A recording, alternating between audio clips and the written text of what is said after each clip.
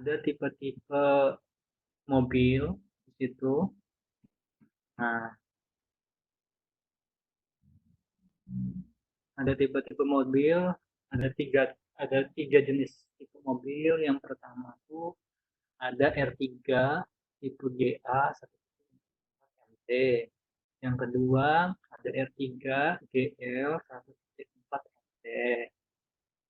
Kemudian yang ketiga ada R3 tipe GX 1.4 T. Nah, yang pertama tuh harganya tuh 143 juta ya, juta rupiah. Kemudian yang kedua tuh 153 juta rupiah, dan tiga tuh 165 juta rupiah. Di dalam kotak juga terdapat informasi masalah tenor atau cicilannya, ada yang 11 kali, 23 kali, 47 kali, 35 kali, dan masing-masing tipe mobil itu ada semuanya. Kemudian bunganya pun ada. Kalau 11 kali itu bunganya 3,99%, 23 kali itu 4,65%, kemudian kalau 5 kali itu 4,5%, dan 47 kali itu 5,6%. Nah, angsurannya mungkin bisa dilihat, ada yang 9 jutaan, ada yang 5 jutaan, ada yang 3 jutaan, ada yang 2 jutaan. Kalau kita lihat R3 GA atau 4 MT. Nah, di sini ada DP nih.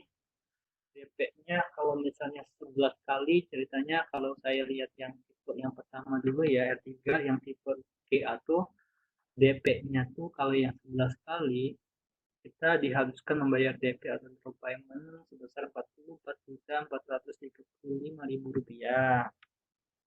Kemudian yang 23 kali itu Rp43.793, dan seterusnya. Nah, mungkin secara lebih lengkap bisa dilihat dalam BN. Tadi saya agak bingung BN itu apa. Setelah saya kaji, saya lihat BN itu kayaknya BT, itu ada BT di amortisasi, atau di situ kan adalah suatu saldo ya, saldo. Misalnya gini, di poin A tuh pertanyaannya gini, pilih tenor tertentu, tentukan BN, jelaskan hubungan harga mobil terhadap BN. Oke, berarti langkah yang pertama adalah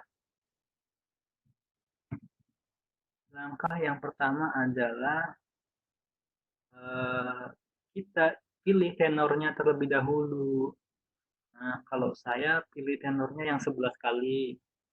Yang 11 kali berarti di situ kan ada tiga tipe mobil tuh, ada yang L3 tipe GA, ada yang tipe GL, ada yang tipe GX. Nah, yang 11 kali kemudian saya tuliskan nomor satu yang A, saya pilih tenor yang 11 kali,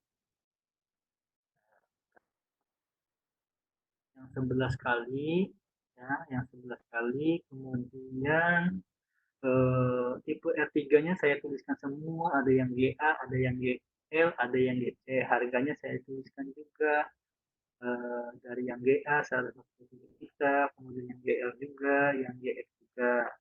Nah, kita lihat juga informasinya kan di situ ada drop payment. Drop payment tuh, nah, 44 kalau yang 11 kali dengan tipe GA. Kemudian yang GL tuh kita lihat kalau yang 11 kali itu adalah 47.498 rupiah. Kemudian yang R3GX itu kalau yang 11 kali itu 51,174, ya. Saya tuliskan di sini DP-nya atau uang pertama.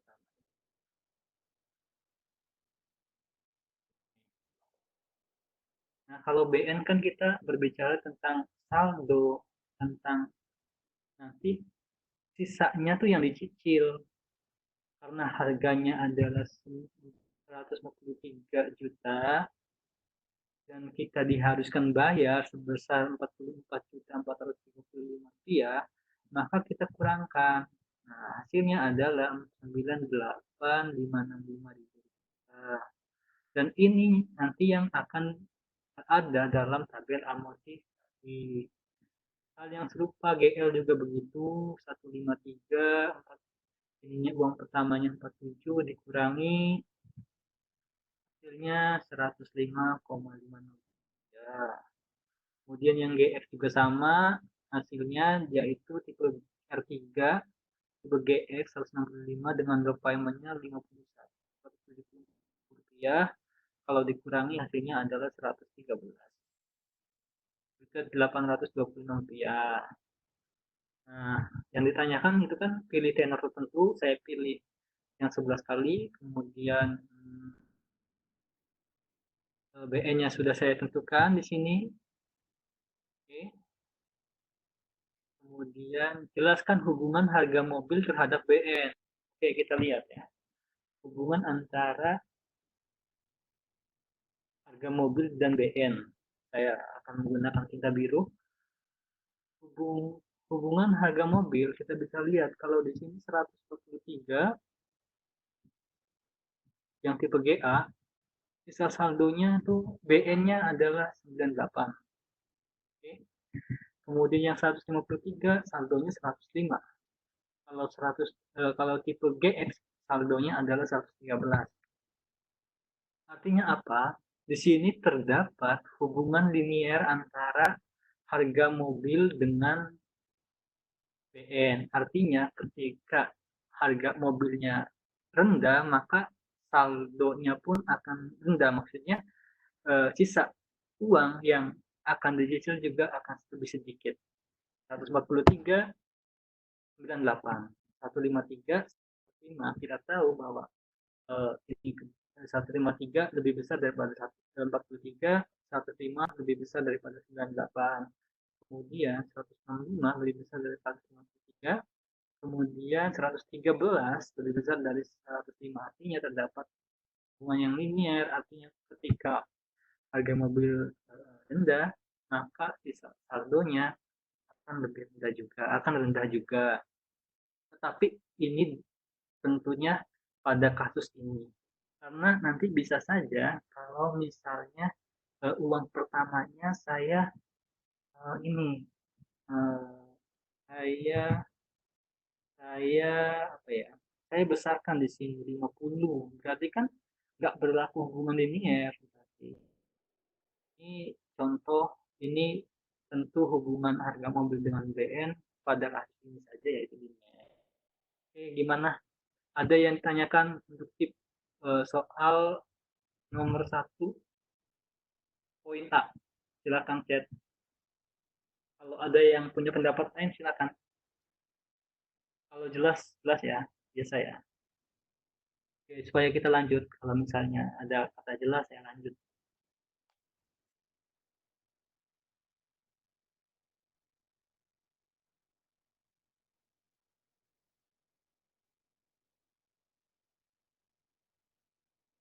Oke.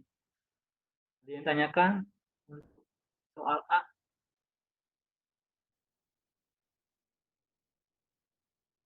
Gimana gimana? Ada yang tanyakan nggak? Kalau tidak, saya lanjut soal 1 poin B.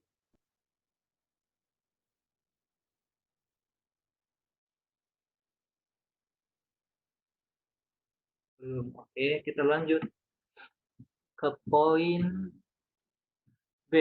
Kita lanjut ke poin B. Pilih harga mobil tertentu, kemudian tentukan BN-nya dan jelaskan tenor terhadap BN. Oke, saya pilih harga mobil tertentu ya. Harga mobil, saya pilih harga mobil tertentu yang poin B. Saya pilih misalnya yang pertama ya, R3 tipe GA. Saya yang pilih ini. Untuk yang poin B nih. GA 143 juta rupiah. Nah, saya pilih kan di sini tipe GA. Harganya ini. Kemudian saya tulis kembali, saya lihat kembali tenornya. Tenornya ada yang 11 kali, ada yang 23 kali, ada yang 35 kali, ada yang 47 kali. dengan bunga yang berbeda-beda, ada yang 3,99%, ada yang 4,65%, ada yang 4,99%, ada yang 5%. Kemudian saya tuliskan di sini. Oke. Saya tuliskan tenornya, kemudian saya tuliskan uang pertamanya.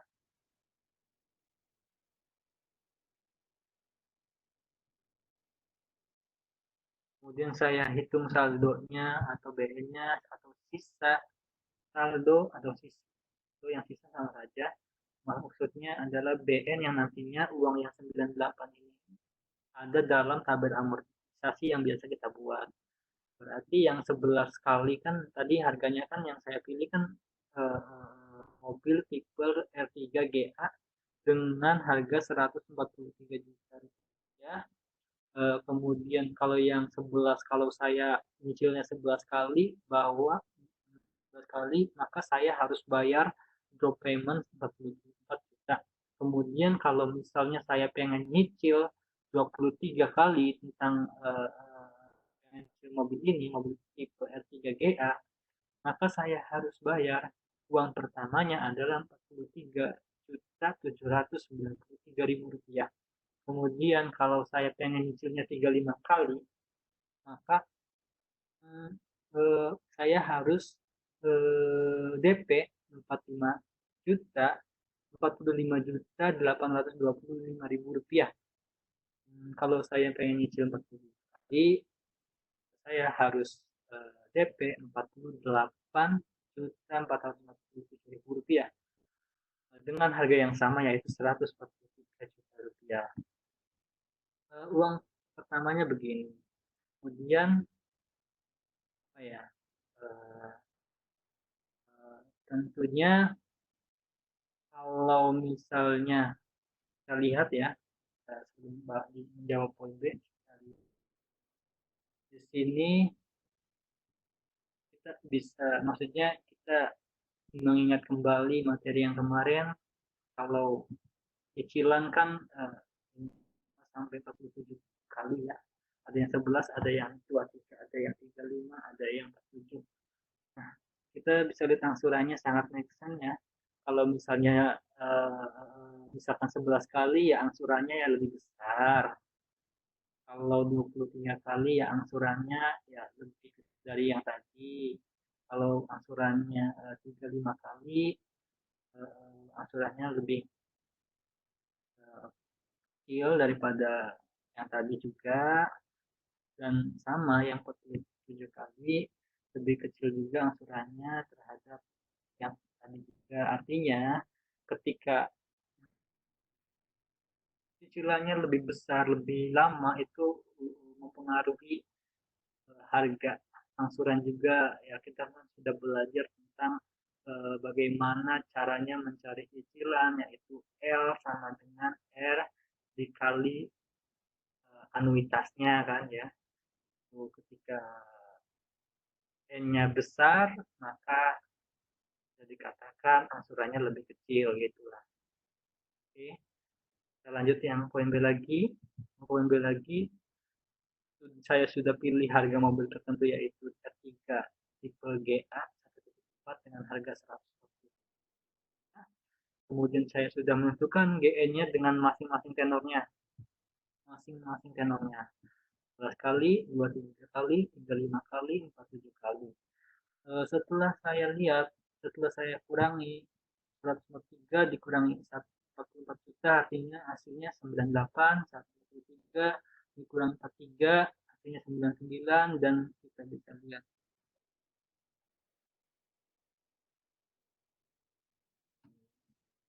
Nah, terus pertanyaan selanjutnya adalah kita sudah menentukan BN, kita sudah memilih harga mobil tertentu, kita ditanyai jelaskan hubungan tenor terhadap BN. Hubungan tenor terhadap BN tentunya ini ya. Tentunya kalau kita lihat dari segi tabel amortisasi, tentu akan terlihat pada periode. Periodenya akan jauh lebih banyak 11 kali dengan 23 kali, tentunya lebih banyak dari 23 kali kan. pengaruh hubungan antara tenor dengan BN kalau kita lihat dari segi tabel amortisasi gitu ya. Terus kalau dari segi ini saldo BN ada, mungkin ada yang punya pendapat apalagi menurut kalian supaya kita sama-sama berpikir, bisa chat. Kalau saya lihatnya kalau dari segi tabel amortisasi itu, jika tenornya lebih besar maka ya panjang gitu. Nah, kalau terhadap PN tentunya eh, BN yang ikut dari tenor. Nah, kalau kita analisis, kalau misalnya dengan uang pertama itu nggak kayak tadi. Kalau tadi ketika tadi itu bah,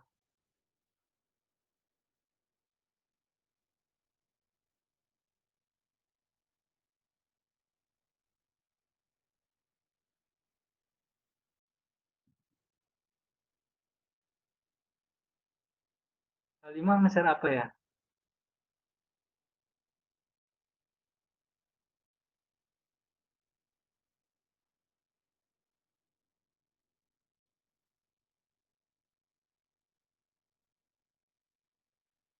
Oh, pencet mana ini? Itu lanjut. Apa Pak? Oke, lanjut. Mana ya cara? Bisa bisa close enggak yang itunya Halimah? Di sini agak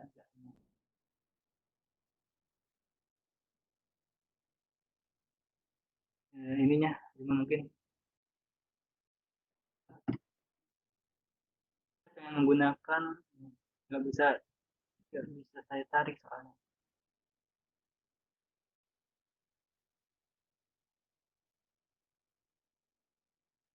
sharingnya, yang sharingnya Halimah bisa di close yang sharing nah, ini. Oke, udah bisa kok. Nah, bisa.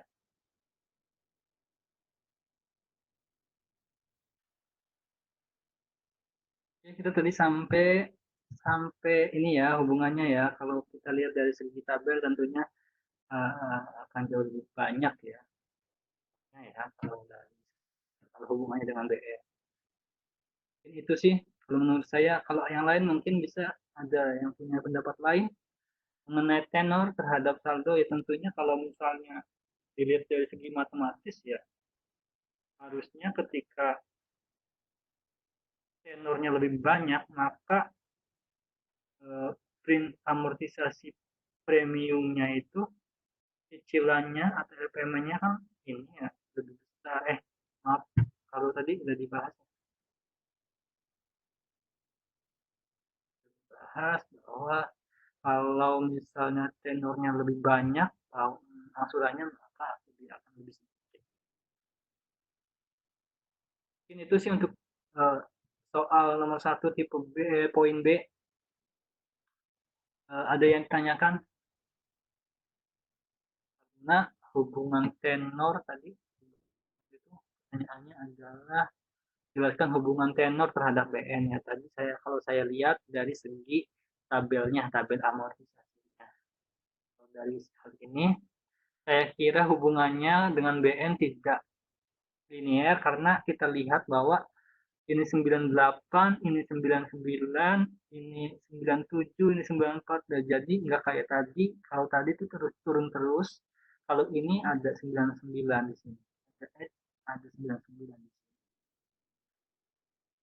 Jadi tidak linear. Kalau tadi turun terus. 143, 98, 153, 105. Eh, jadi mempunyai hubungan linear antara harga mobil dengan BN. Nah, kalau tenor di sini nggak bisa disebutkan seperti itu karena dalam kasus hal ini tidak demikian. Mungkin itu. Untuk poin C saya lanjutkan ya. Untuk poin C itu pengaruh harga mobil dan tenor terhadap BN. Ya, kita bisa simpulkan dari yang tadi bahwa ketika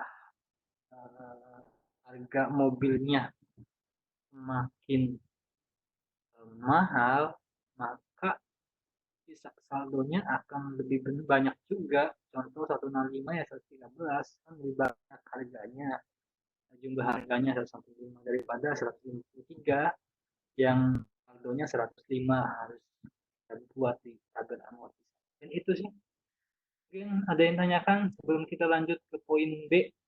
Poin B. Nomor 2 atau ada yang mau ditambahkan? Silakan. Ada yang tanyakan atau ada yang ada pendapat lain?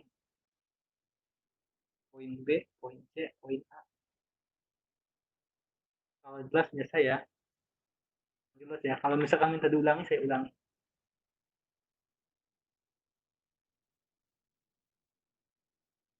Oke, saya tunggu ya.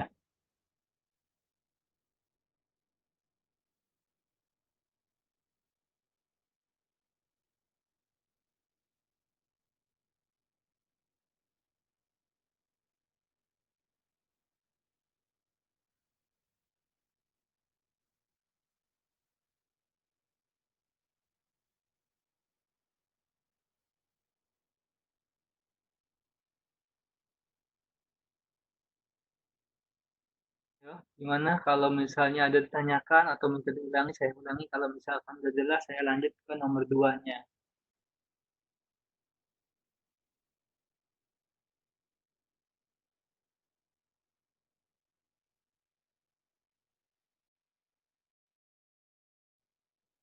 Kan ditanyakan nomor tadi nomor 1C gimana ya Mas? Oke. Nomor 1C itu sebenarnya kesimpulan dari nomor. Oke, siap nih.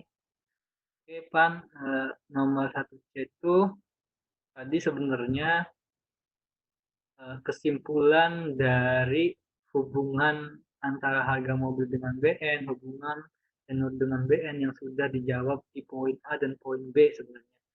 Jelaskan pengaruh harga mobil dan tenor terhadap BN. Ya, hubungannya tentu tadi kalau yang hubungan harga mobil dengan BN itu ketika harga mobilnya jauh, kita lihat yang ini 143, ini 98 BN-nya, kemudian 153 BN-nya 105, kemudian 165 BN-nya adalah 113. Artinya kalau misalnya pengaruh harga mobil terhadap BN itu linier, artinya harga mobilnya dia mahal, maka BN-nya lebih banyak. Itu kan.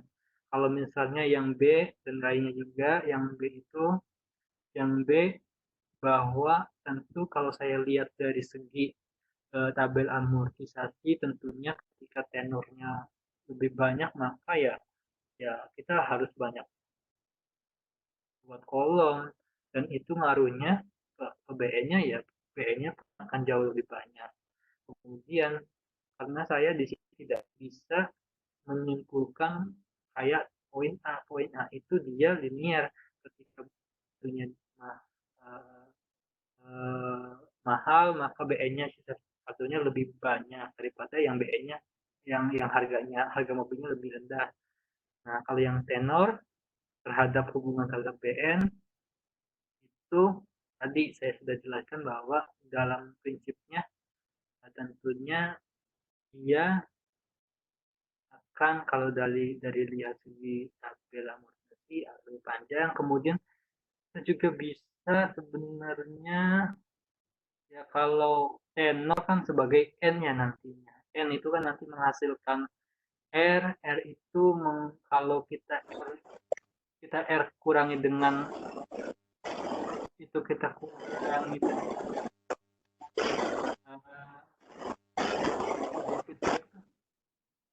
ada yang feedback.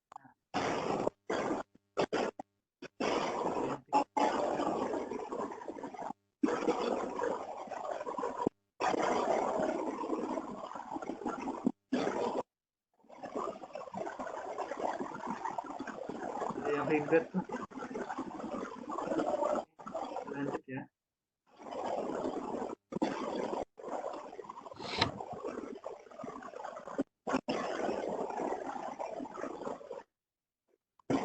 Ada yang ada suara feedback nih. Oh ini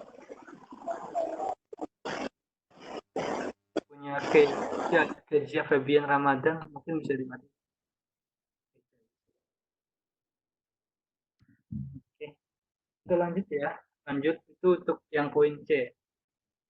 Oke, makasih. Oke, kita lanjut ya. Sama-sama. Ke poin nomor 2. Kita poin ke nomor 2. Nah, nomor 2 itu kalian kan ini ya belum dapat ya tadi ya. Belum dapat ya.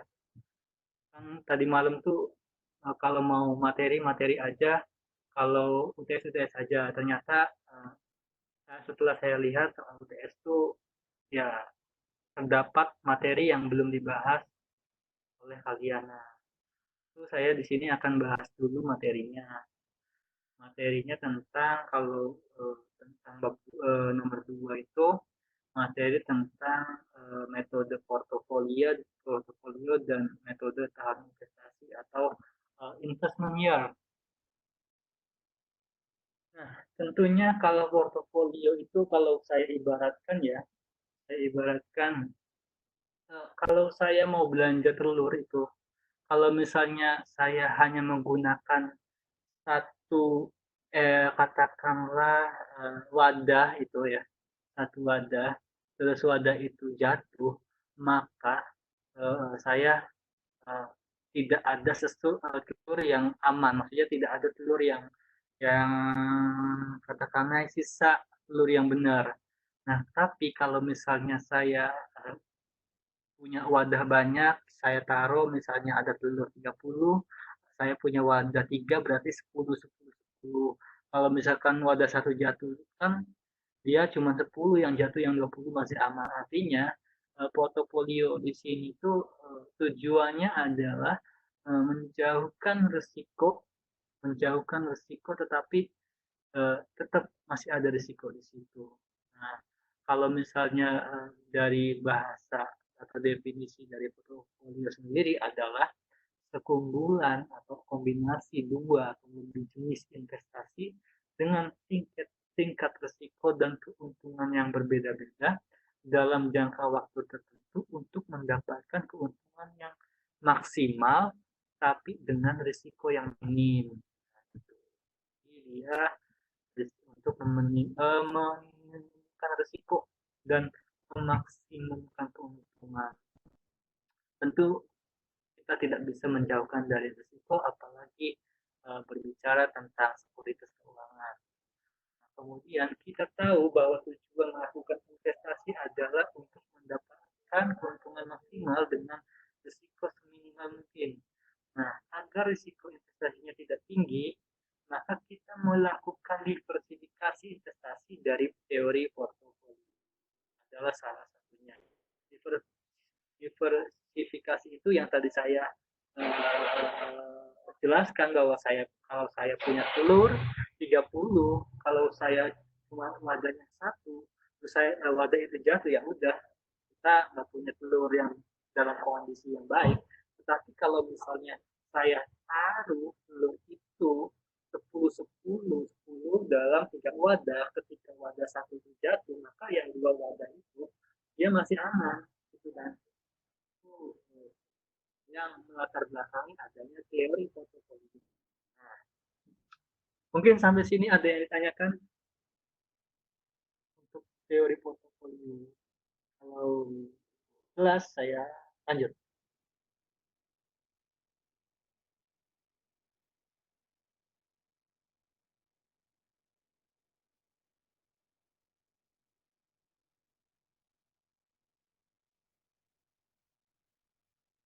Jadi gimana, ada yang tanyakan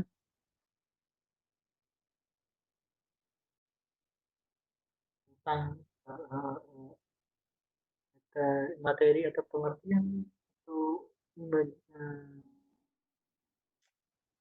gambaran tentang portofolio?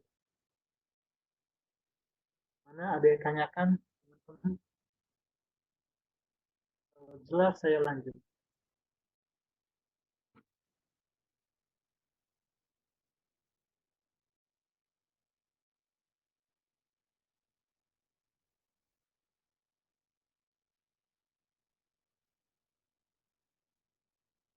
Ada yang tanyakan teman-teman?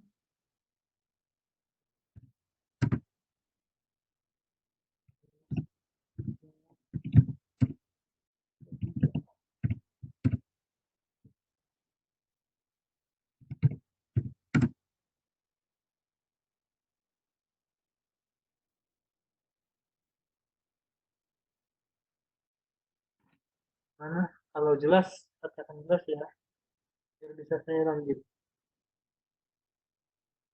Oke, lanjut ya. Oke, untuk dalam menggunakan metode portofolio itu ada dua metodenya. Itu ada metode portofolio sendiri dan ada metode tahun investasi atau dalamnya ada investment year method ya, kalau di dalam buku tulisan. Nah, apa sih metode portofolio itu? Metode portofolio adalah metode akuntansi yang mengkreditkan semua dana satu tingkat bunga saat ini, terlepas dari kapan uang itu ditempatkan di akun. Oke, nanti kita lihat contohnya seperti apa biar lebih jelasnya. Kemudian yang kedua adalah metode tahun investasi. Metode yang kedua metode investasi itu adalah metode akuntansi di mana dana investasi menyimpan catatan bunga yang dihasilkan setiap tahun. Ini setiap tahun yang punya catatan bunganya. Tahun tahun tingkat bunganya ke dalam rekening aku. Saya contohkan ya. Saya contohkan ini kasusnya gini. Uh, ada tabel di situ, ada tahunnya juga, yaitu dari 2000 sampai 2005. Metode pertama tuh ada metode portfolio rate, yang kedua adalah metode investment rate. Nah, sangat make sense dengan pengertiannya tadi bahwa portofolio itu hanya satu. Kalau di investment rate setiap tahunnya ada itu dua gitu. Ini hanya bunga saat ini saja ceritanya. Itu di sini ditampilkan untuk mengukur ya, mengukur begini kasusnya. Tanyakan dalam soal bahwa ketika Ashley menginvestasikan dananya sebesar $1.000 ke dalam tabungan pada tanggal 1 Januari tahun 2000, kemudian dia menggunakan dua tahunnya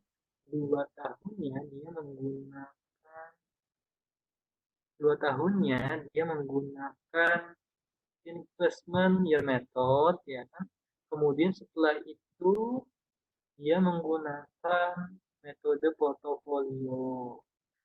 Nah, itu akun asli, jumlah akun asli pada tanggal 1 Januari 2006. Itu sangat-sangat pas sekali. Yang dua tahunnya pakai metode investment year, kemudian selanjutnya yaitu portfolio rate digunakan. Artinya 2 tahun dia menggunakan metode investment year, 4 tahunnya dia menggunakan metode portfolio.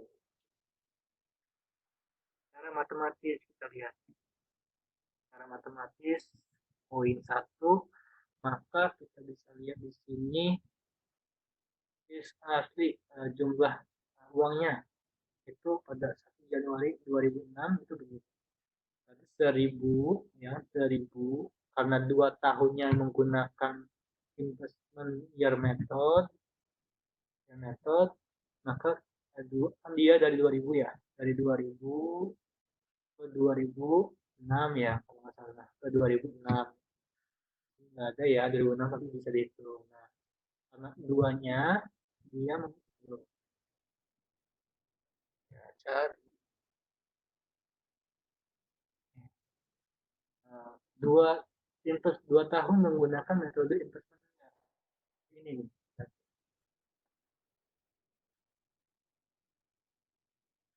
2001, 2002 ya, sampai 2006. 2006. Ya.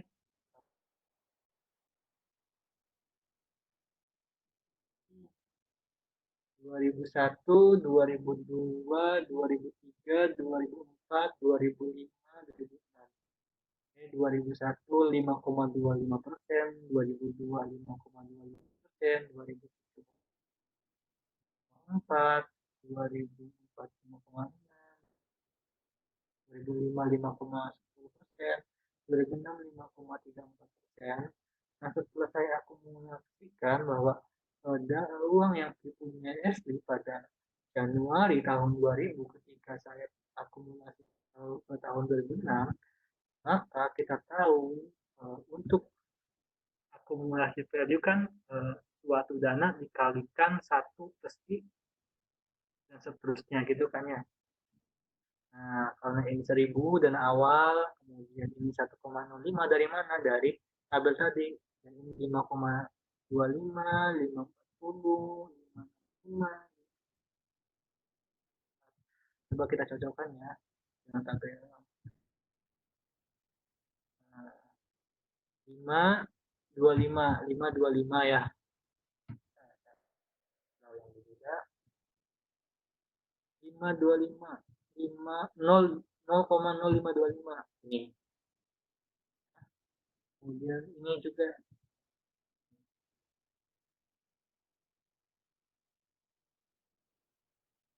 ini, ini, ini,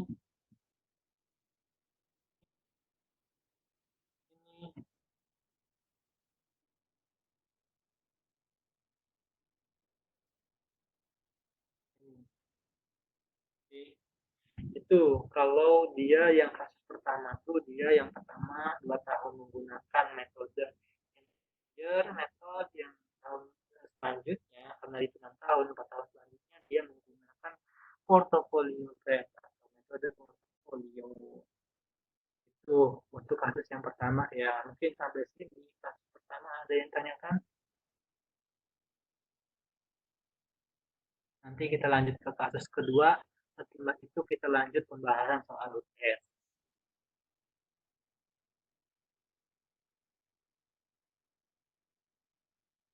Gimana? Ada yang kurang jelas kah?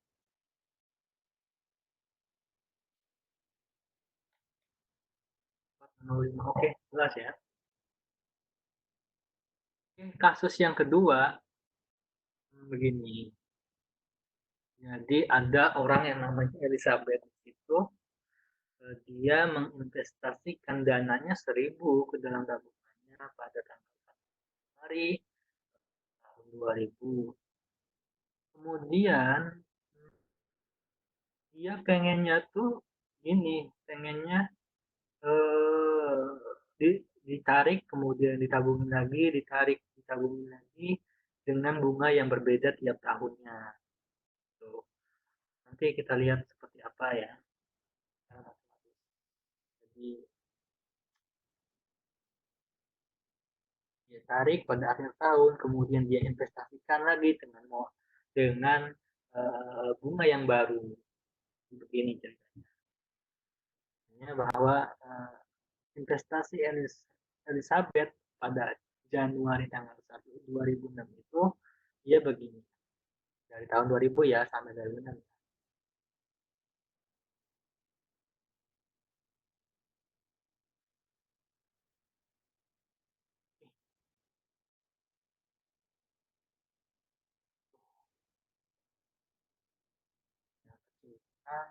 Ukuran mana ya ukuran?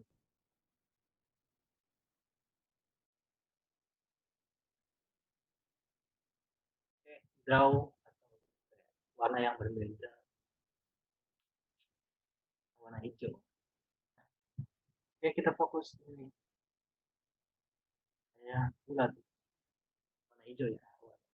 Oh, warna hijau.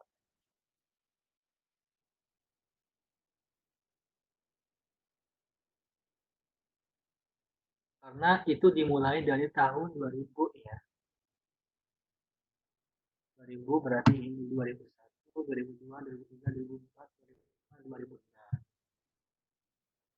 Yang 2001 kita tahu kenapa sih di situ, kenapa sih dia kita menggunakan yang kotak ini, yang investmentnya red, karena dia uh, uangnya dia tarik lagi, dia tabungin lagi, dia tarik lagi, dia tabungin lagi dengan bunga yang baru setiap tahunnya.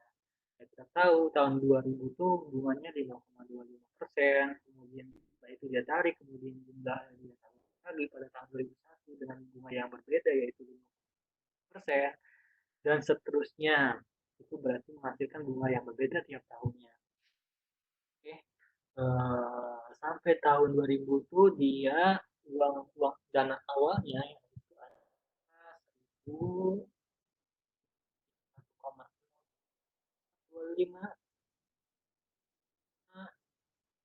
dari sini ya nih.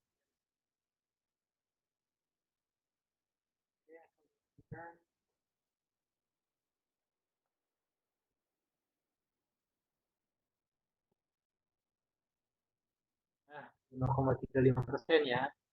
Kemudian kalau ini ini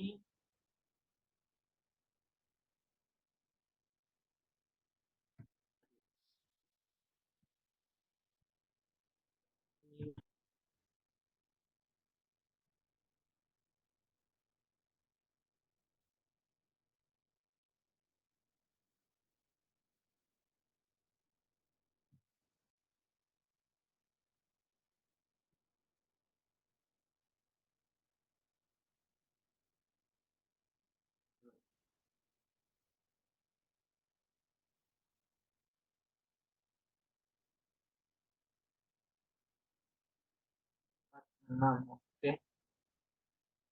5, 5, 5, dulu.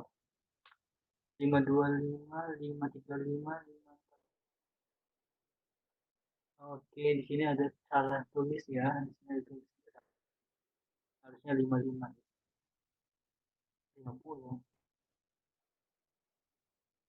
5 di sininya 50. Ininya 50, ini 50. Ini yang harusnya 55. So, ini 50 atau ininya yang 55 ya. Hasilnya 1365,814. Tentunya yang kasus kedua tuh dia menghasilkan akumulasi value yang lebih tinggi daripada kasus yang pertama. Berarti itu kan salah satu bagaimana uh, skill dari investor bagaimana dia menambah. Oke. Sampai sini ada yang tanyakan teman-teman sebelum kita membahas soal UTS nomor 2.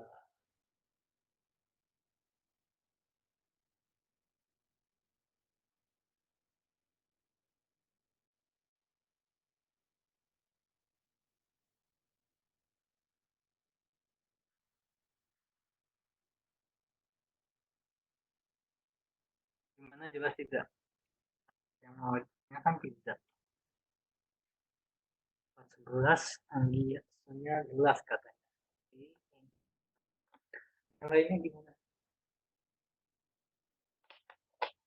Kalau dua orang kata mau akan jelas ya.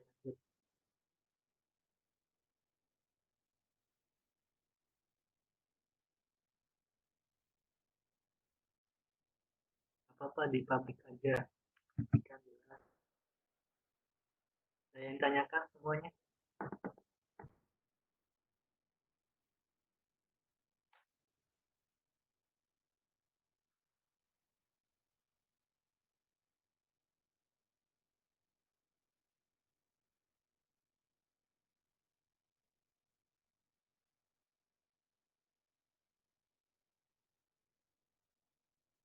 Gimana, ada yang jelas atau tidak yang lain?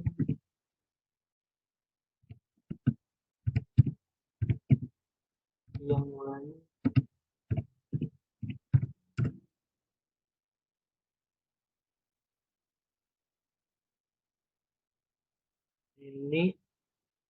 Madinah.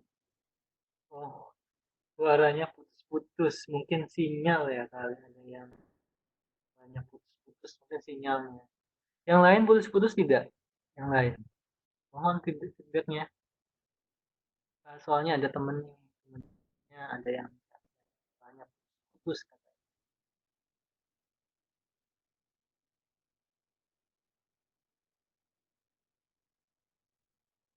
Jelas tidak suaranya, suara saya di situ.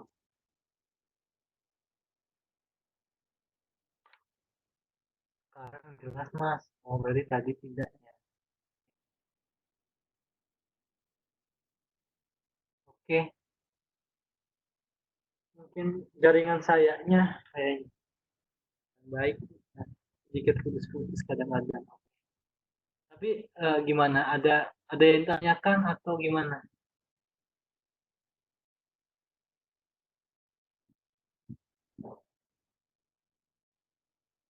Ada yang tanyakan kah?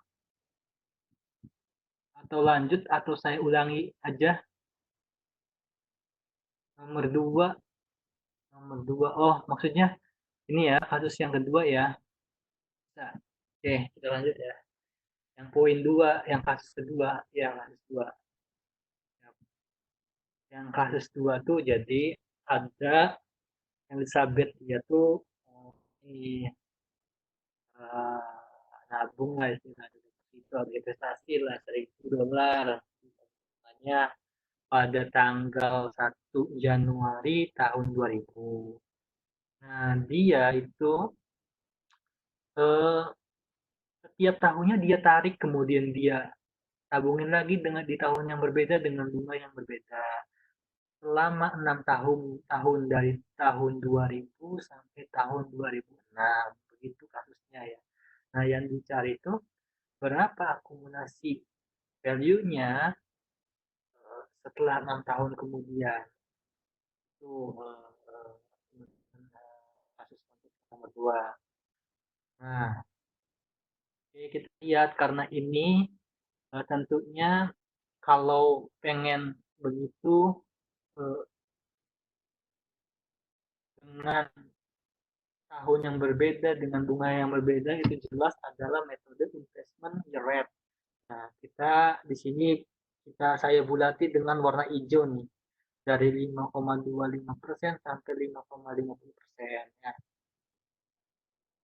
Dari tahun 2000-nya itu bunganya 5,25%, 2001 5,35%, 2002 5,45%, 2003 5,45 dan seterusnya.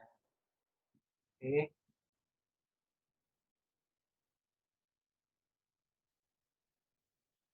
Nah, kemudian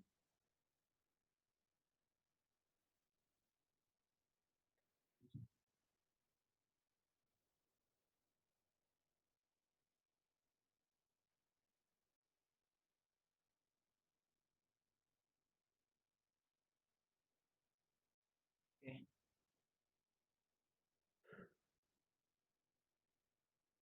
lanjut. Dana awalnya tuh 1.000 ya. 1.000 kemudian saya kalikan bunga yang barunya itu 1,0525 yaitu dari sini saya buat yang paling banyak 2001 2002 5,35 bisa dilihat di sini 2002 ini yang 2001 ya ini 2003 545 dari mana dari sini dan 2001 2002 2003 2004 5,45 dari sini juga saya tulis di sini ini ini 5, ini sebenarnya 5,55 nih ini mungkin salah ketik nah ininya 5,50 tuliskan di sini untuk tahun 2005 ini tahun 2006 satu lagi itu hasilnya adalah $1.365 kalau yang kasus pertama itu 1.36 nah, ya kasus 2 tuh menghasilkan investasi yang lebih banyak daripada kasus yang pertama. Gimana? Ada yang tanyakan? Karena suaranya agak putus-putus.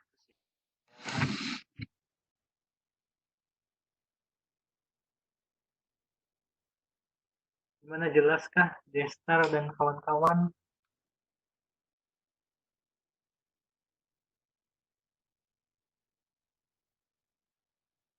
Kasus 2.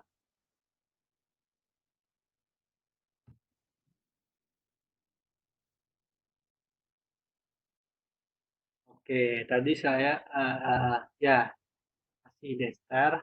Tadi ada temennya bertanya bahwa kenapa pakainya metode investasi Mas, bukan yang portofolio. Kita lihat tadi kasusnya yang dia tuh uh, uh, investasikan pada tahun 2000, kemudian dia uh, tarik lagi, kemudian dia tabungin lagi di tahun 2001, dia tarik lagi, tabungin lagi ke 2002, tarik lagi sampai 2006. Dan tentunya kalau begitu kan, kalau tiap tahun tentunya ada kemungkinan besar tuh bunganya berbeda, ada kemungkinannya berbeda. Jadi bukan portofolio. Kalau portofolio dia hanya merangkum, dia tidak jelas, tidak jelas per tahunnya. Kalau investment year rate dia lebih jelas. Tiap bunganya ada, tiap tahun bunganya tuh ada begitu. Gimana, jelaskan yang bertanya?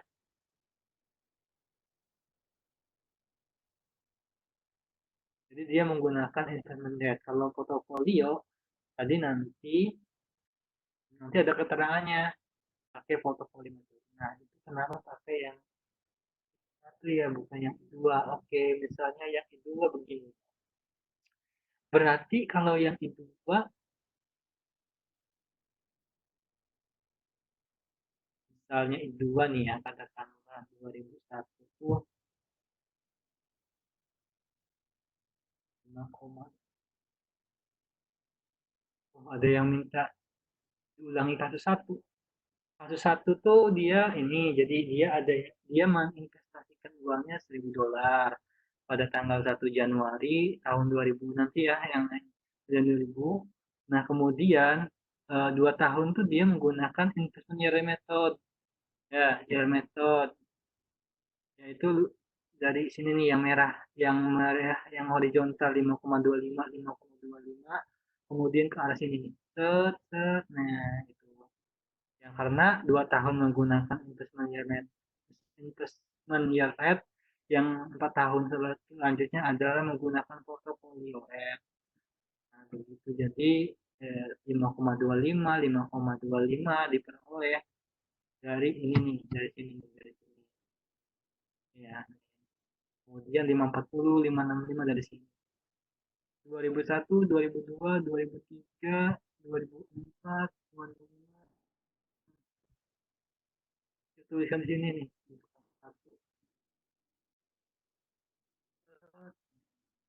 Segini. Jadi dari 5025, dari sini.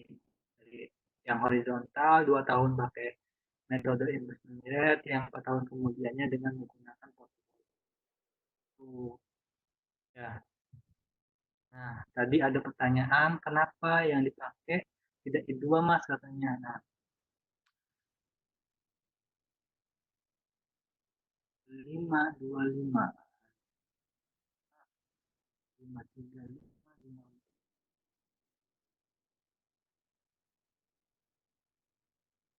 Oke. Karena kita ini selisih setahun ya itu. Selisihnya setahun tuh, dia tak setahun tuh pengennya dia cabut, kemudian dia tabungin lagi, dia cabut, ditabungin lagi, tidak ada selisih 2 tahun di situ. Setiap tahun nih, every year dari situ. Jadi makanya kita pakai yang satu.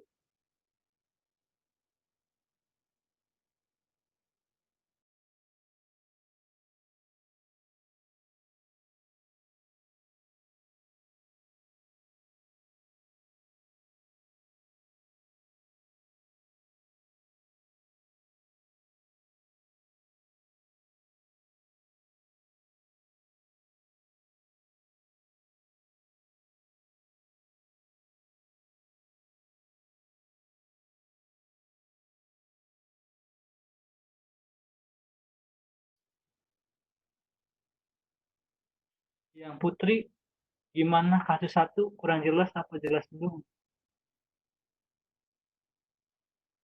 Sama. Mas kan di saya kan ada dua kolom.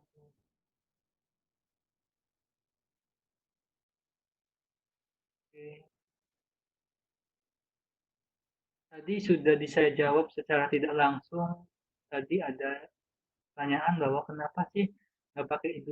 Nah, karena I2 kan itu kalau misalnya 2000, kalau misalnya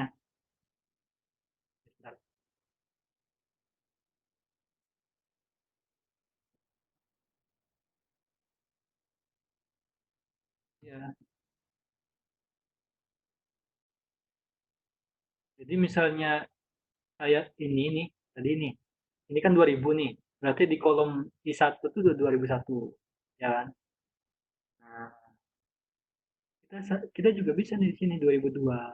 Jadi ini wah jelas banget ini di oret-oret nggak kelihatan. Nah ini nih yang satu tuh yang I1 gimana cara membacanya aja sih sebenarnya. 2000 kalau I1 5,25% yang di sini itu 2001. Nah kalau di sini itu jadinya 2002. Jadi dimulai kitanya. Kalau ini kalau turun bisa nih ada yang turun membacanya itu ya ada yang begini artinya ya tetap ya kayak tahun membaca tahun sih ini 2000 misalkan ini 2000 wah ini kurang ini ya kurang jelas coba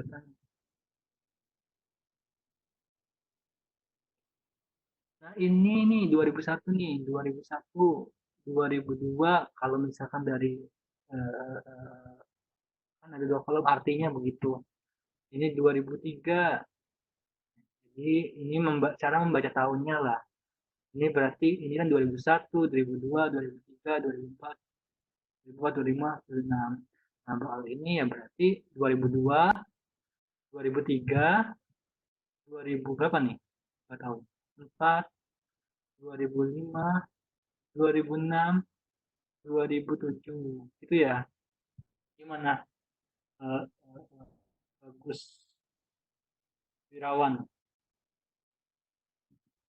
itu membaca tahun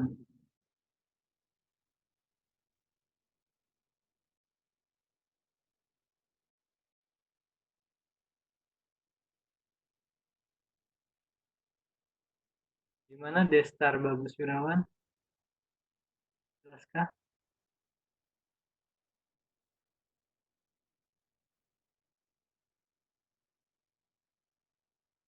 oke paham kita lanjut ke nomor dua ya yang nomor dua tuh jadi begini setelah saya lihat nomor dua tuh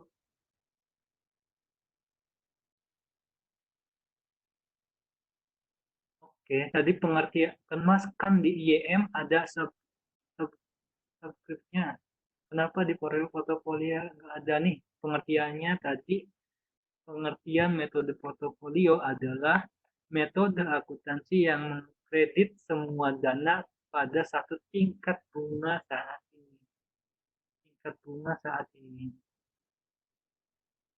tingkat bunga saat ini tingkat bunga saat ini jadi hanya satu. Nah kalau metode investment yield dia eh, tiap tahun dia ada informasi per tahunnya.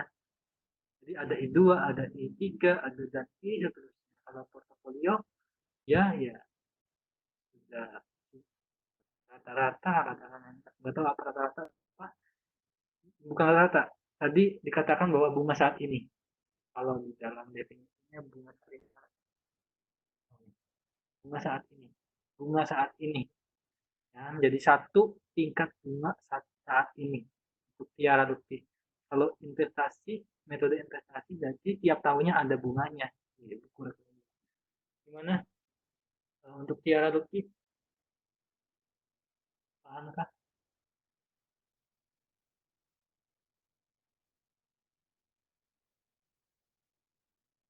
Hmm, sama Putri bertanya bahwa, "Nah, Mas, maaf saya kurang paham kapan kita baca tabelnya turun, kapan ke samping ya?" Oke, pertanyaan yang baik. Eh, kita tadi tahu di dalam kasus pertama, jadi nanti kita cara membacanya itu tergantung kasusnya lainnya. Kalau yang kasus pertama kan 2 tahun dia menggunakan metode investment. Jadi karena metode investment gimana nih?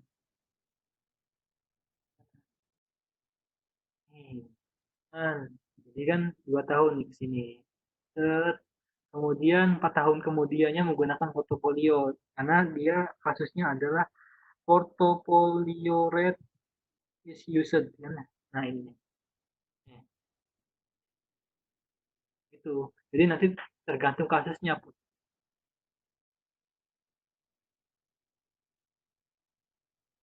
Kalau bertanya yang kapan? Tadi kayak kasus yang buat Husna Rahma, kalau semuanya menggunakan metode invest, gimana bacanya tadi? Ke bawah. Kayak kasus yang kedua tuh. Dia tuh setiap tahun tarik, kemudian dia tabungin lagi, kemudian tarik, dia tabung lagi. Jadi dia menggunakan investment year yang ini, yang ke kolom mana-mana dulu. Pensilnya, oh. Nih, saya lingkari lagi nih. Nih, ini lagi nih. Ini untuk kasus yang kedua yang tadi. Terusnya Rahma tadi udah dijelaskan bahwa itu nggak usah dipakai. Iya, karena dia tiap tahun, every year bisa aja dipakai kalau misalnya 2 tahun kemudian, 2 tahun kemudian. Tapi nanti tergantung kasusnya. Buktinya di kasus pertama dia dipakai duanya karena dia ke samping. Di kasus pertama dia pakai duanya karena 2 tahun pertama tuh dia menggunakan investment yield method, ya kan? Di kasus pertama kan maksudnya dia pakai 2 tahun pakai metode investment yield method, 4 tahun kemudiannya dia menggunakan metode portofolio. Gitu. Tetap dipakai, kalau tergantung lagi-lagi tergantung kasusnya. Gimana Husna, paham tidak? Oke. Nah, soalnya yang ini ya, soalnya yang ini, yang ada masih ada MIPA UGM-nya tuh saya potong di situ, bahwa di situ tuh kalau kita lihat seorang mendepositokan uangnya 1.000 pada tanggal 1 Januari 2017. Kemudian tuh dia pengen tahu nih, uang itu akumulasinya pada tanggal 1 Januari lagi tahun 2020. Yang A ini bukan C ya sebenarnya. Yang A itu polisa nanti ya tahu itu.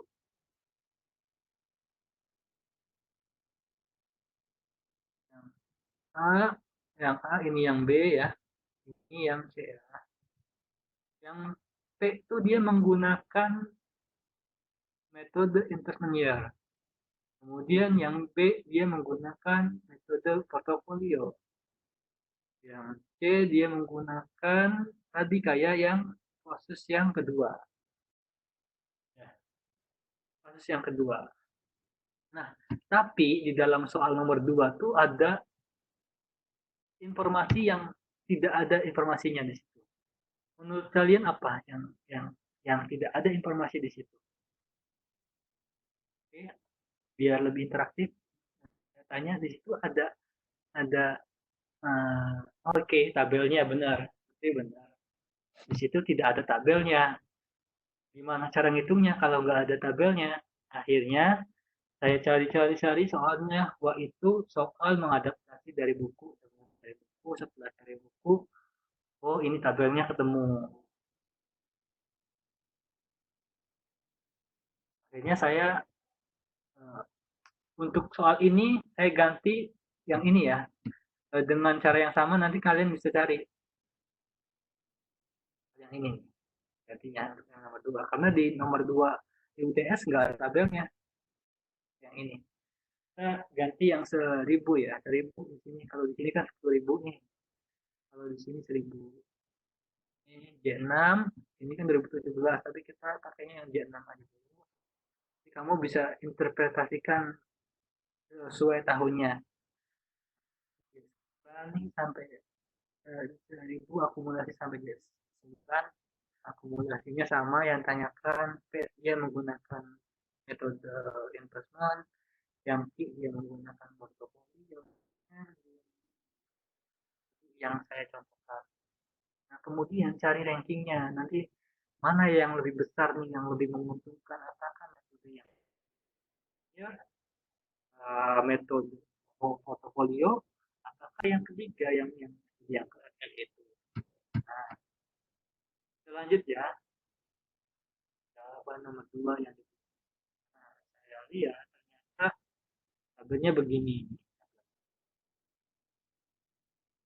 Jadi nanti soal nomor 2 saya ganti karena di soal nomor 2 UTS tidak ada informasi tabel. Hal yang serupa, contoh yang serupa. Oke, yang P itu ditanyakan apa tadi? Yang P itu ditanyakan bahwa menggunakan investment year method. Salah.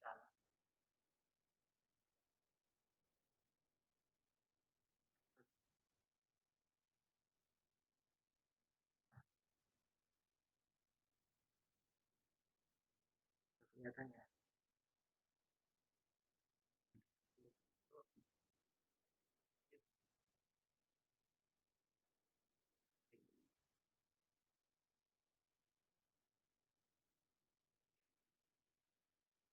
Kelihatan tahu biru. Nah, dana awalnya dia 1.000 tadi ya. Dan awalnya 1.000, dia yang ditanyakan dari chat plus 6, tulis chat plus 6, kayak 6 sampai chat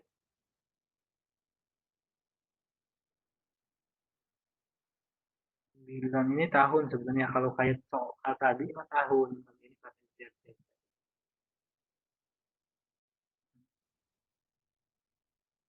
Nah, dana awalnya dia 1.000. Menggunakan yang P itu menggunakan investment rate ya, menggunakan investment rate. Nah, untuk yang Z6 kita tahu adalah ini ya, kotakin Z6 salah ini Z6 Z plus 6 sampai Z plus 9. Berarti 3 tahun ya. Berarti 9,5 ya kan. Ini Z plus 7, Z plus 8 ya kan. Z plus 9 itu kan. Saya tuliskan di sini 1.000 dikali 1,095 dikali 1,905 lagi dikali 1,9, hasilnya 13 dolar. 1.314,13 Nah, kemudian yang itu kan menggunakan portofolio ya. Dari Z6 plus 6 sampai Z plus 9. Oke, berarti ini Z plus 7. Oke, Z plus 7. Saya tuliskan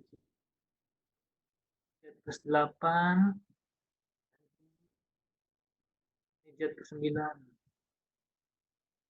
Kemudian kita hitung hasilnya 21.280,82. Ini sangat sangat lebih jelas ya. Yang P itu pure, dia menggunakan metode investment, yang Q dia pure menggunakan metode portofolio. Kemudian yang R-nya itu ini menggunakan yang kayak kasus 2 yang tadi, dengan bunga yang berbeda tiap tahun.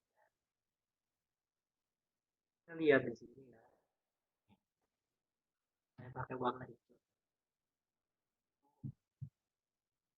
Nah, ini nih. Satu, ya kan 9,5 saya tulis sini. Kemudian 10%, 0,10, 10%, kemudian akumulasikan 34,95 dolar. Artinya bahwa yang R itu paling besar, kemudian P, kemudian Q. Sampai sini ada yang tanyakan? Kalau yang P menggunakan pure metode investment, kalau yang Q dia pure menggunakan R dia menggunakan bunga yang berbeda-beda tiap tahunnya.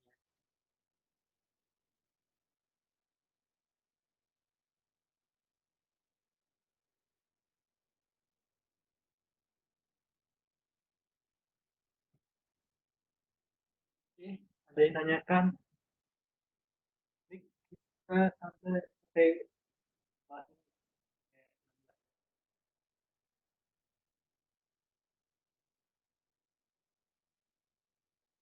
ya, kenapa yang I 1,901 yang ini ya maksudnya ya? Nah, yang ini tadi ikutin karena kita bacanya gini, ini kan jet 6 nih.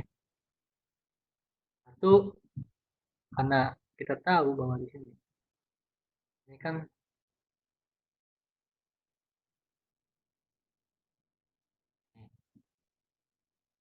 jet 6 berarti ini jet 7 sampai jet 9 sih, ini jet 8, ini yang jet 9,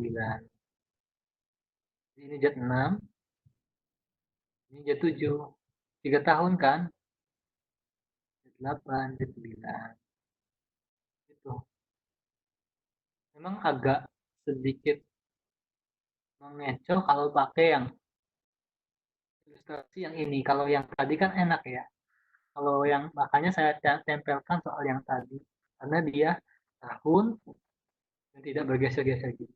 Kalau di sini agak membingungkan. 3 tahun berarti jet 7, ini jet 8, 9. Oke, jelas Putri? Jadi 1,91 ya jadi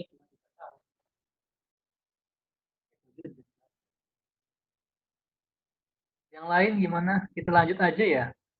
Waktunya tinggal dikit lagi nih. Yang lain nih, nomor 3 ya. Nomor 3 nih.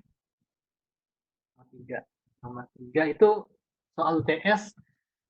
Soal UTS tahun 2019 itu ini tugas kalian kemarin yang tugas obligasi yang kemarin. Aku nih ada ini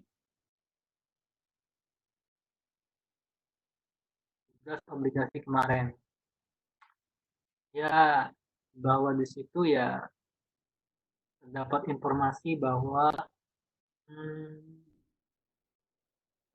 aktuari membeli obligasi premium jatuh temponya tuh 15 tahun, kemudian obligasi dibayarkan semi anual, kemudian terdapat informasi jumlah eh, prinsipal yang keduanya tuh 97,19, kemudian yang keempatnya 9. Nah, diketahui saya pakai tugas kalian, ada yang mengetikkan dan itu saya pakai di sini ya. Terima kasih sudah. Nah, N-nya jatuh temponya adalah 15 tahun, kemudian M-nya 2 kali, maka N-nya periodenya adalah 30. P2-nya periodenya diketahui 19, P4-nya 46,79. Kemudian yang ditanyakan adalah jumlah premium. Jadi jumlah harga premiumnya berapa? Jumlah harga obligasi premiumnya berapa? Nah, sebenarnya diketahui P2, P1, P2, P4 itu kita bisa dan karena di sini kan tidak diketahui I-nya berapa, maka kita gunakan informasi yang ini sebagai untuk mencari I. Mencari I. Mencari I, ketemu, ada teman kalian yang menggunakan ini P2 secara matematis bisa didapat begini. Jadi kita bisa gunakan rumus ini lebih lebih jelasnya kayak gini. Karena P4 ya kan, PT plus K, K-nya adalah 2, 2, 1 plus K, K-nya 2, ketemu 1 plus I kuadrat sama dengan P4-nya berdasarkan informasi di atas adalah 1046,7 dolar dan P2-nya adalah 77,15 dolar. Kemudian setelah kita hitung, I-nya didapat adalah itu 0,035 atau 3,5%. Setelah itu kita hitung P1-nya. P1-nya itu kita gunakan P1 sama dengan P2 per 1 plus I. Ya, karena memang ini kan artinya kan P2 di present value kan ya. Di present value kan yaitu 977 dibagi 1,035.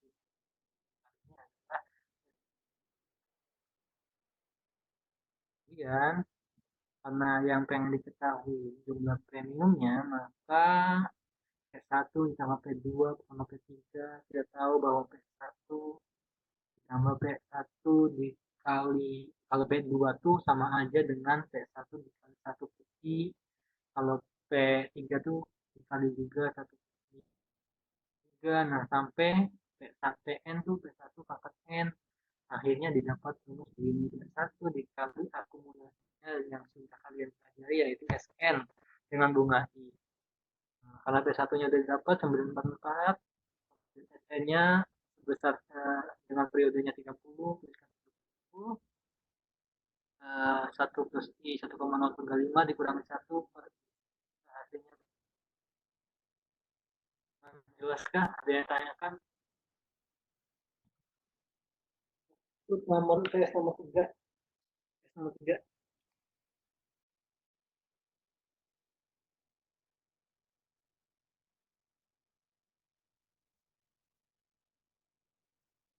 Kalau jelas, katakan jelas ya. Nanti biar waktunya ini. Saya keburu nomor 4. Lanjut.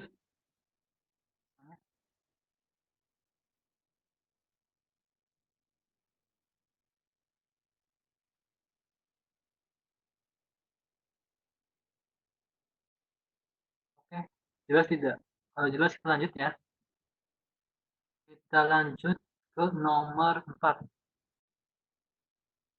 Kita lanjut ke nomor 4.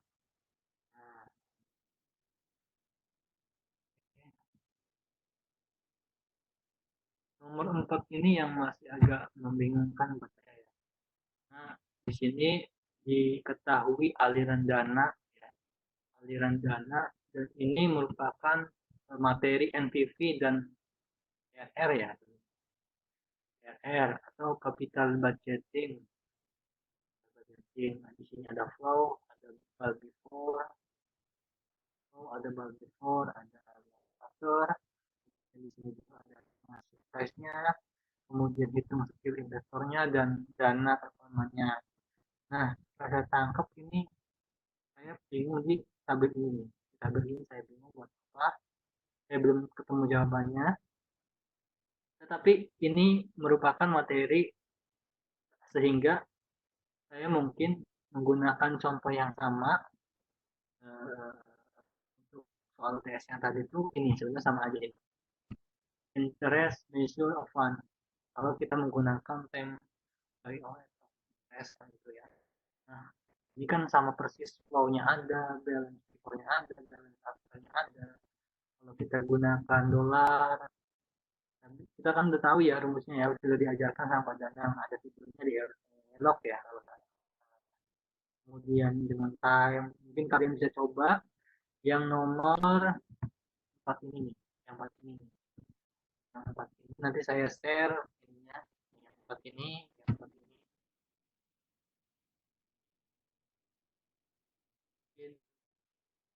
gunakan ini ya sebagai latihan. Kemudian eh, ini kalau misalnya kita ngomongin skill investor tuh itu tuh ngomongin tentang NPV sama IRR. Jadi kemarin kalian sudah belajar sih sebenarnya di awal 7. Kalau NPV itu ya net cash flow kemudian kita ajukan kan ya.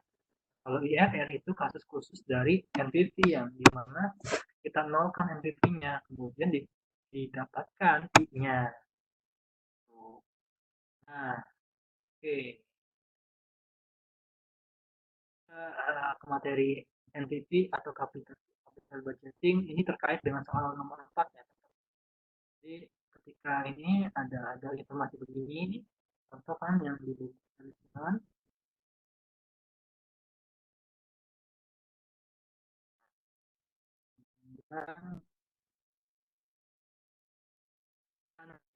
kita analisis. Yang pertama kita analisis menggunakan metode yield rate atau IRR. Yang kedua kita menggunakan NPV KPI. Nah, kalau menggunakan yield rate kita sudah menghitung nih, tentunya saya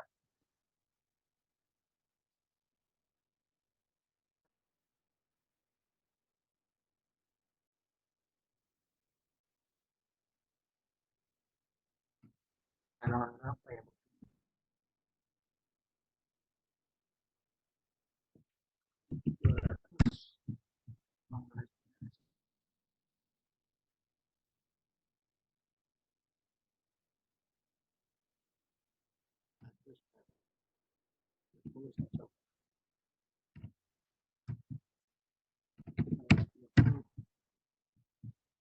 Masih obligasi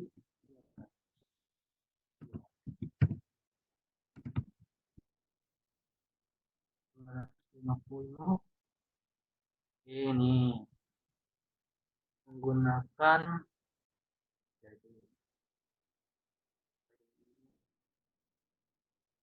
nah 1000 nih. Nah, dari sini 1000 jadi dana awalnya adalah 1000 dari kotak ini kita dapat net cash flow-nya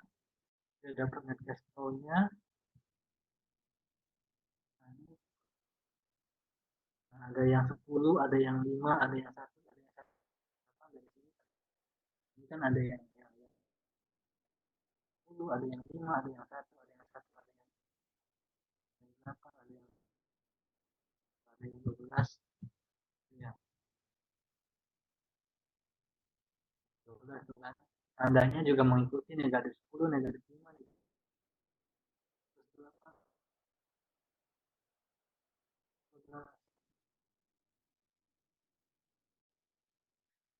kita dapatkan itu cara menggunakan IRR ya didapatkan I-nya itu sebagai didapatkan I-nya itu 12,9%.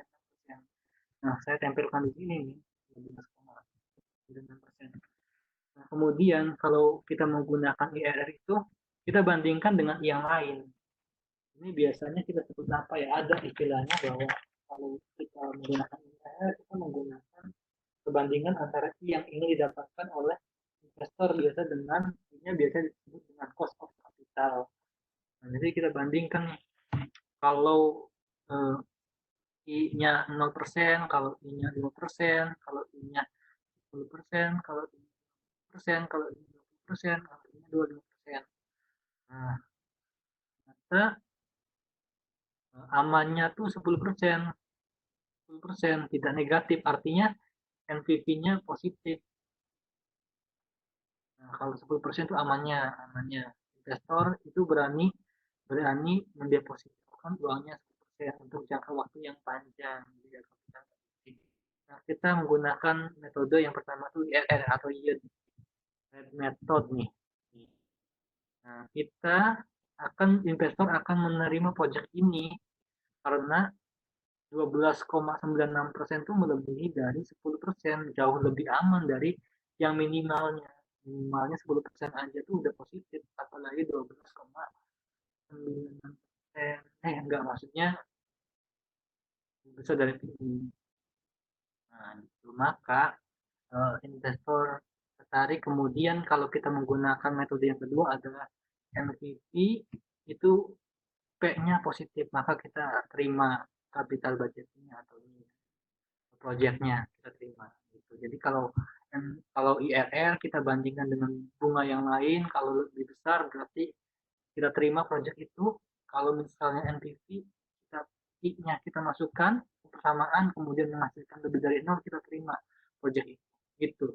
Untuk materi NPV dan IRR itu terkait dengan materi capital budgeting.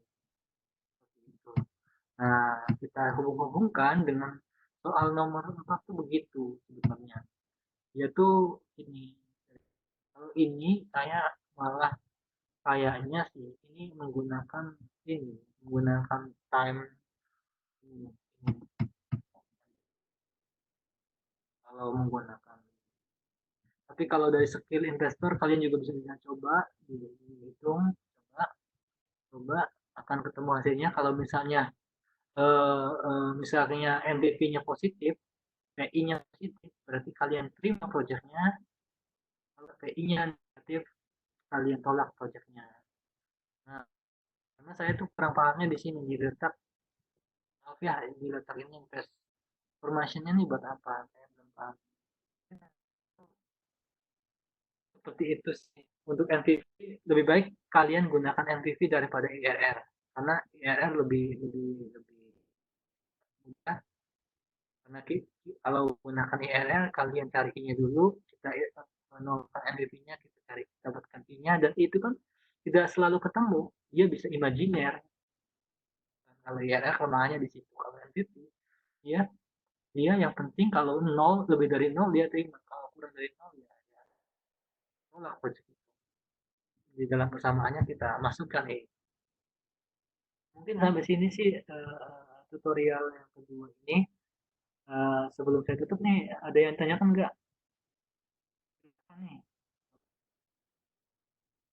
biar lebih jelasnya. Ada yang ditanyakan tidak? Dari nomor 3 dan 4. Kalian aja ya. Saya akan nambur waktu. Gimana? Ada yang tanyakan? Jelas tidak?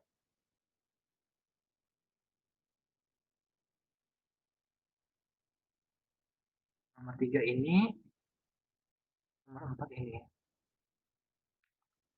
Jadi materi dapat, pembahasan UTS dapat. Mana ada yang tanyakan tidak?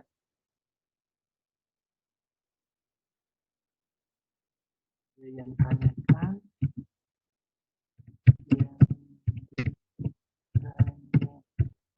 Apakah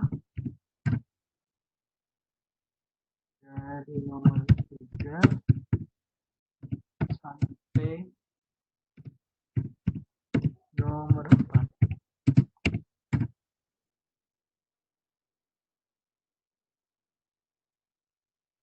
Jadi tadi nomor 4 kita belajar jelas. Oke, buat Destar jelas. Teman-temannya lain nanti saya konfirmasi 3 orang jelas, saya tutup ya. 2 orang lagi, Putri jelas. Satu lagi nanti saya tutup.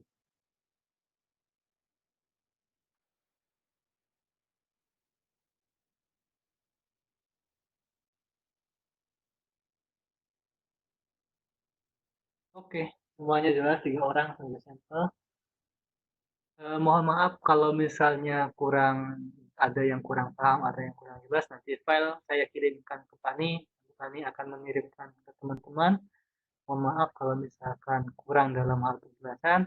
Dan semoga sukses mengerjakan soal-soal UTS-nya.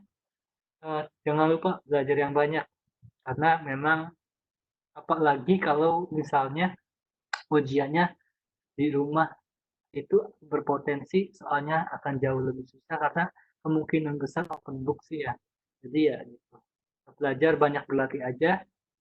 Saya tutup. Terima kasih semuanya. Assalamualaikum warahmatullahi wabarakatuh.